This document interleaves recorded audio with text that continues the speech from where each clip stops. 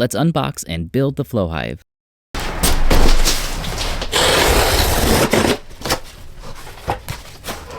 So I really like their packaging. It's cute, it has bees all over, and I like the be creative and be inspired sayings.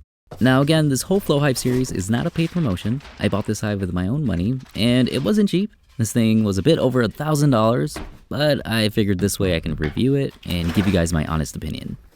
So let's first build the base. It comes with a metal screened bottom, which will help with ventilation, and a yellow tray, which will help manage pests. The wood they use feels pretty strong, and it's really pretty. It's Australian pine. My other hives are American pine, so I'm sure with the right paint or stain, these are also made to last. Now it does come with an assembly tool, but some of the pre-drilled pilot holes are very small and shallow, so I had to make them bigger using a drill. But yeah, the base was pretty easy to put together.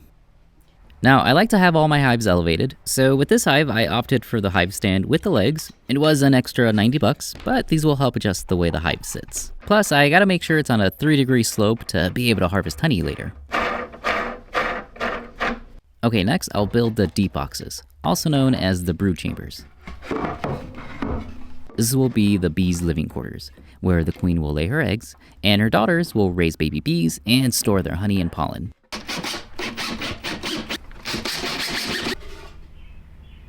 Now, the Flow Hive does come with deep frames, but they don't include any foundation, which I'm a bit disappointed about. For the price of this hive, I expected them to include the foundation, but the Flow Hive team believes bees will always prefer empty frames over frames with a foundation. But that's not always the case. They also mention foundation prevents bees from making male bees, which isn't accurate.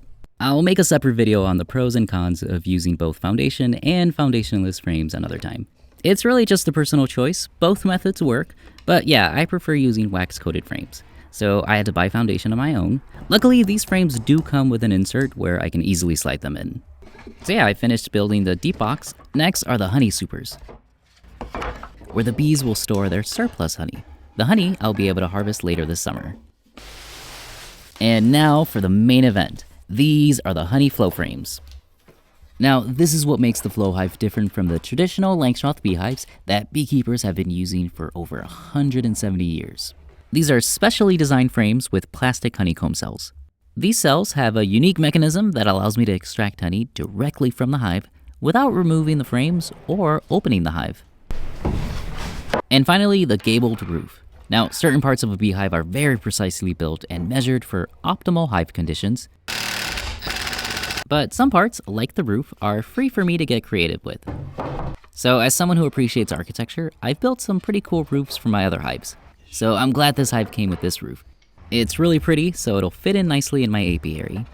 So yeah, that's pretty much it, my first Flow Hive. I'm so excited to test it out. Stay tuned, I plan on painting it, and then later installing a new colony of bees.